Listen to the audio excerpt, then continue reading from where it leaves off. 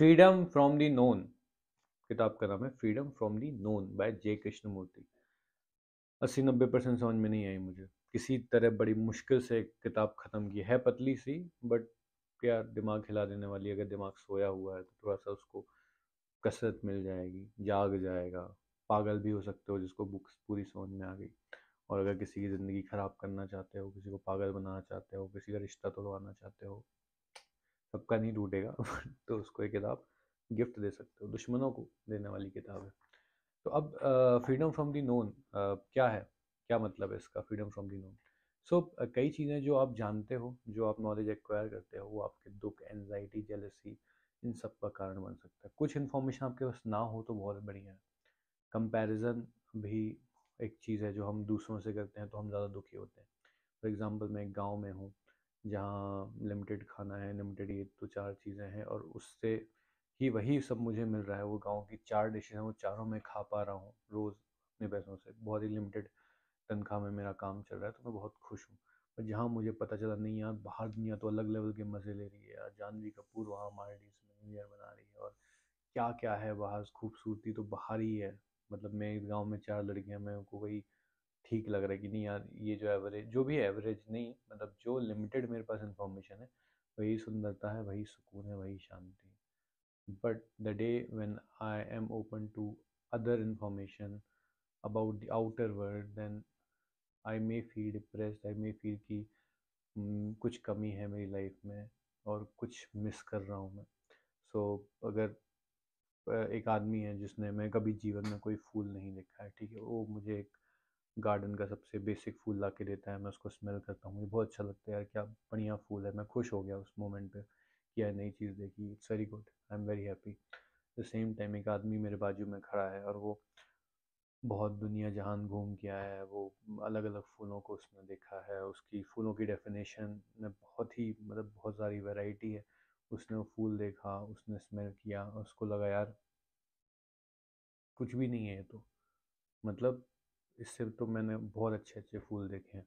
और मेरी बुरी किस्मत है कि मैं साला तुम्हारे साथ यहाँ पड़ा हुआ हूँ और यहाँ ये फूल मुझे देखने मिल रहे हैं। तो इट्स अबाउट कि वो आदमी का, दोनों का पॉइंट, दोनों को सेम फूल मिला, दोनों सेम सिचुएशन में, जस्ट बिकॉज उसके दिमाग के डेटाबेस में कुछ बहुत सारी अच्छी अच्छी चीज़ें हैं जो ठीक है। उससे उसको कोई इतना कुछ फ़र्क नहीं पड़ता, बट उस मोमेंट में मैं ज़्यादा खुश हूँ, वो दुखी है। ये बहुत ही एक प्लेन एग्जाम्पल है। इस बुक में एक चीज़ लिखी है कि अगर आप दूसरों से कंपेयर करते जाओगे चीज़ों को तो आप कहीं ना कहीं दुखी होगे, बिकॉज आप भी किसी के लिए पॉइंट ऑफ रेफरेंस हो। वो चाहता है आपके जैसे उसकी लाइफ हो जाए, राइट। आप किसी और के जैसे, आपको किसी और से कंपेयर करने की, भाई ये सिचुएशन है, वो ज़्यादा बेटर कर रहा है या बेटर कर रही है। बट वो कंपैरिजन आपका अगर जब तक दूसरों से है तब तक दुख बना रहेगा, तब तक कमी बनी रहेगी, तब तक कंटेंट आप फील करोगे ही नहीं। तो इसमें ये एक बात लिखी हुई थी। और दूसरी चीज़ जो जो हम हमारी जनरेशन को शायद समझ में नहीं है, मतलब बहुत ही ये अलग ही बात है। हम तो हमेशा चाहते हैं कि भाई स्ट्रगल करते रहो, हसल कल्चर, आगे बढ़ना है, ये करना है, वो करना है। But at the same time इसमें लिखा है कि आपको कंटेंट होना है, खुश रहना है, या भागते भागते रहना है, वो आपका चॉइस है, ठीक है। और लव के बारे में, वर्शिप के बारे में कुछ कंट्रोवर्शियल चीज़ें हैं, वो आप अपने हिसाब से पढ़ोगे तो शायद आप बेटर आप पढ़ पाओगे। कि मैं अगर उसमें से कुछ गलत समझाऊंगा, कुछ गलत बोल दूंगा तो फिर वो भी गलत ही होगा। कुछ लव के बारे में बहुत स्ट्रेट फॉरवर्ड इन्होंने लिखा था, जो मतलब गलत भी हो सकता है कई लोगों के लिए। So it's like if you are in relationship with someone, तो आप मतलब अगर आपने किसी शादी की तो एक अनसेड रूल है कि तुम मुझे सिक्योरिटी प्रोवाइड करोगे, तुम मेरे रक्षक रहोगे हमेशा, और तुम मेरे साथ बेडरूम शेयर करोगे, करोगी, एंड देन तुम मेरे लिए बच्चे पैदा करोगे, करोगी, एंड कर बच्चे पैदा करोगी और तुम उनका ध्यान रखोगी, तुम घर संभालोगे, संभालोगी, and then all that thing. एक प्रॉपर एक सिनेरियो है कि ये होगा अगर हम शादी कर रहे हैं। बट जिस दिन से चार चीज़ें होना बंद हो गई तो प्यार नहीं रहेगा। ये जो लव है, it's not, it will not be there, मतलब ख़त्म। फिर आई हेट यू हो जाएगा। तो इसमें कहा है कि आई लव यू जो वर्ड है, और जो हम प्यार जिस चीज़ों को नाम देते हैं, वो कई एक मतलब एक mode of making things very easy and less complicated, जो अगर हम ऑन पेन पेपर के हिसाब से लिखें तो बहुत कॉम्प्लिकेटेड हो जाते हैं। कि भाई अगर ये चार चीज़ें तुम करोगे तो ही ये प्यार बना रहेगा। बट हम नहीं बोलेंगे नहीं यार, हम एक दूसरे से प्यार करते हैं और ये it's a part of love and all that, और फिर हम खुश हैं। बट जहाँ तुमने 4 चीज़ें करना बंद कर दी, मैं तुम्हारा दुश्मन बन जाऊँगा और फिर ये सब चीज़ें ख़त्म हो जाएंगी और फिर मैं तुम्हें बद्दुआ दूंगा। द सेम टाइम कि स्लेवरी का कंसेप्ट ख़त्म हो चुका है, but if I want to own that person कि ये हमेशा मेरे हिसाब से चले, मेरे हिसाब से बात करे, मेरे हिसाब से काम करे, जो आज की दुनिया में पॉसिबल नहीं है, थैंक गॉड। बट उस चीज़ को पहले प्यार का नाम देके उसको थोड़ा सा मतलब साफ़ सुथरा किया गया था कि नहीं यार, मैं इससे बहुत प्यार करता हूँ तो अब ये मेरा हक है और मैं इसको ऐसा बोलूँगा या इसको मेरे लिए ऐसा करना पड़ेगा, ये मेरे सुख दुख में साथ देगी। तो आपने बंधुआ मजदूर टाइप का बना लिया। कुछ लोग बहुत खुशी से करते हैं, बट अगर वो जिस दिन वो करना बंद कर देते हैं तो वो प्यार ख़त्म हो जाता है। तो जे कृष्णमूर्ति ने कहा है कि अगर ये सिचुएशन के हिसाब से चीज़ें, जो अभी एक नया टर्म है सिचुएशनशिप, रिलेशनशिप का छोटा भाई, तो जो और फ्रेंड्स विद बेनिफिट का बड़ा भाई, ऐसा समझ सकते हो।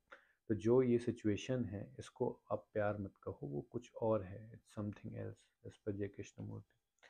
सो इस टाइप की बातें हैं इस बुक में। अब और कुछ मतलब जैसे एक प्लेजर और जॉय का डिफरेंस, वो तो बहुत डिटेल में समझाया गया है।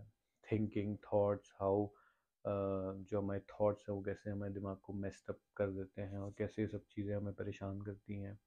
और अगर कोई तुम्हें बोल रहा है कि तुम अपने आप को जानो, मतलब अगर कभी मौका मिले अपने आप को जानने का, अपने आप को समझने का, सेल्फ मेडिटेशन करने का कि हाँ मैं कौन हूँ, मैं क्या हूँ, तो वो चीज़ हमेशा खुद से आनी चाहिए। अगर कोई आपको बोल रहा है ना कि जाओ अपने बारे में पता करो या तुम हो कौन यार, अपने आप को देख ले, ऐसा कई बार लड़ाई में बोलते हैं ना, तो वो तब उसको करने कोई मतलब नहीं जब कोई और कहे। जब आपको खुद से ले कि हाँ मुझे अपने आप को जानना है, क्या मैं अपने आप को जानता हूँ, क्या without any comparison, without any pre conceive notions, without any observations मैं क्या हूँ, without any differentiation of things मैं क्या हूँ।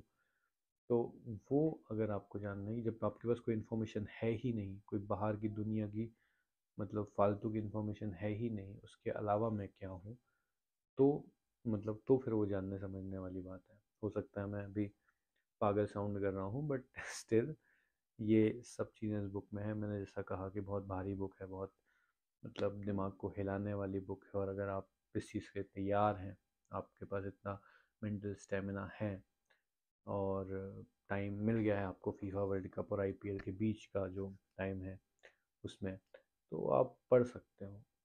अगर आपको पागल बन के थोड़ा सा करीब जाना है तो बहुत ध्यान से इसको पढ़ सकते हो, दिमाग में अप्लाई कर सकते हो।